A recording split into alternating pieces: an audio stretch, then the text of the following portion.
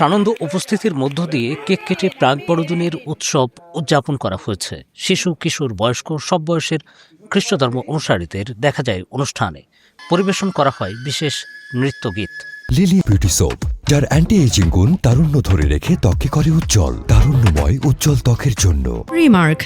গোপালগঞ্জে বাংলাদেশে youth first concert নামে সংগঠন 23 ডিসেম্বর যথাযথ ধর্মীয় মর্যাদায় এই প্রাক বড়দিনের অনুষ্ঠানটি আয়োজন করে। কেক কেটে অনুষ্ঠান উদ্বোধন করেন সদর উপজেলা নির্বাহী কর্মকর্তা কৌশিক আহমেদ। হুবহুব কোনো মিল পাওয়া যাবে না, কারণ সঙ্গে অন্য কিছুর তুলনা কখনো করা যাবে না, মিলানো যাবে না। হুবহুব আর একজনের চেহারার মিল খুঁজে পাবেন না। সংগঠক ও অতিথিরা যীশু খ্রিস্টের জীবনীর উপর আলোচনা করেন এবং তুমি তাহার নাম যিশু ত্রাণকর্তা। প্রাক বড়দিনের উৎসবে অংশ নেওয়া কয়েকজনের সঙ্গে কথা হয় risingbeauty.com-এর। প্রাক বড়দিনটা আমরা এই কারণে করে থাকি, সবাই ছুটিতে চলে যায়। এটা 25 তারিখের অনুষ্ঠান, আমরা একটু আগে করি। আজকে বিশেষ করে আমাদের প্রধান অতিথি ছিলেন আমাদের ইউনো স্যার, সদর গোপালগঞ্জ।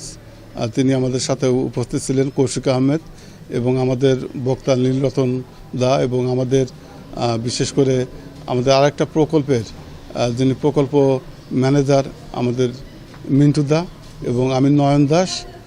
মূলত এখানে আমরা কেক কাটা এই অনুষ্ঠানটা করে থাকি, এবং আমরা দুপুরে প্রীতিভোজের আয়োজন করি। প্রাক বড়দিন অনুষ্ঠান করার উদ্দেশ্য হচ্ছে প্রভু যীশু খ্রিস্ট, যাকে ত্রাণকর্তা বা মুক্তিদাতা হিসেবে খ্রিস্ট ধর্মাবলম্বী তারা মানে, এবং 25 তারিখ হচ্ছে তার জন্মদিন।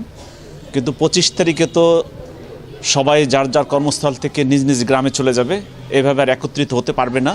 এই কারণের জন্য সেই 25 তারিখে স্মরণার্থে আমরা কিছুদিন আগে অর্থাৎ 23 তারিখে আমরা সবাই একত্রিত হয়ে যে খ্রিস্ট বা যীশু খ্রিস্ট যে তিনি মুক্তির জন্য, মানুষের মুক্তির জন্য, সমস্ত পৃথিবীর জন্য তিনি যে এসেছেন, এবং সেই মুক্তির আনন্দটাকে আমরা ভাগাভাগি করে নিচ্ছি।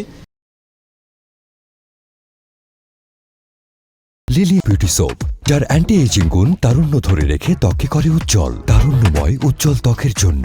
রিমার্ক।